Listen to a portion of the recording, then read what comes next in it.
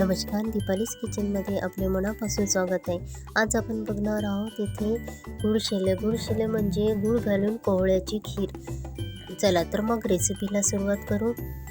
सगळ्यात आधी इथे मी 1 किलो कोहळे घेतले आहे, म्हणजे लाल भोपळा। आता त्याचे आपल्याला पाठीमागचा भाग काढून घ्यायचा आहे, जेणेकरून ते पटकन शिजतील। आणि त्यानंतर आता इथे आपल्याला छोटे छोटे पीसेस करून घ्यायचे आहे, त्यामुळे लवकर शिजतील।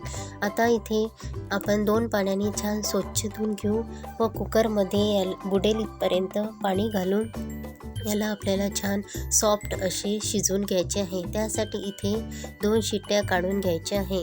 2 शिट्ट्या काढून झाल्या की आपले हे पोळी छान सॉफ्ट अशा शिजून जातात।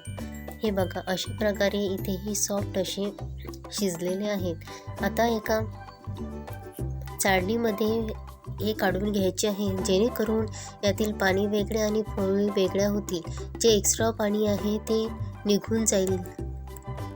आता हे गंजामध्ये काढून घ्यायचे आहे व आपल्याला इथे या पोळीला छान स्मॅशरने किंवा रईने स्मॅश करून घ्यायचे आहे, त्यामुळे या सॉफ्ट अशा होतील। आता आपण कढईमध्ये 2 चमचे साजूक तूप घ्यायचे आहे आणि तुपामध्ये हा आपल्याला गर छान शिजवून घ्यायचा आहे। शिजून म्हणजे त्यामध्ये जे पाणी एक्स्ट्रा असते ते निघून जाईल इथपर्यंत आपल्याला हा किस असा कोरडा करून घ्यायचा आहे।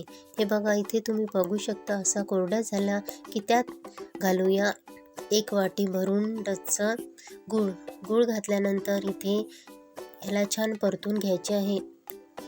इथे बघा, मी इथे छान परतून घेतले आहे। याचा कलर चेंज होईपर्यंत आणि छान पाकी येईपर्यंत याला गुळामध्ये हा गर इथे शिजून घ्यायचा आहे। हे बघा, तुम्ही बघू शकता, आता हा आपला गर इथे छान शिजलेला आहे। त्यानंतर यात घालूया असे छोटे छोटे तुकडे करून ड्रायफ्रूट्स। हे बघा, इथे ड्रायफ्रूट्स टाकून आता गॅस बंद करून घ्यायचा आहे आणि त्यानंतरच आपल्याला इथे दूध घालायचे आहे। गॅस बंद करून का बरं? त्यामुळे आपले गुळशिले हे फुटणार नाही। गुळाचे असल्यामुळे इथे गॅस बंद करूनच दूध घालायचे आहे आणि तुम्हाला जिथपर्यंत पातळ घट्ट जेवढे हवे असेल तेवढे दूध यात घालून घ्यायचे आहे।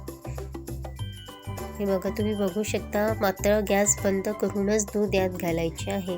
आता यामध्ये इलायची पूड आणि थोडेसे ड्रायफ्रूट्स घालून घ्यायचे आहे।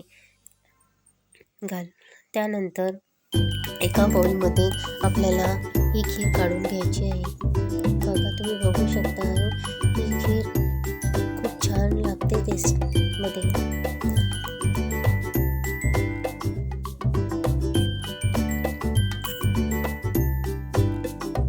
तर थोडेसे ड्रायफ्रूट्स घालून आपण याला सेट करू।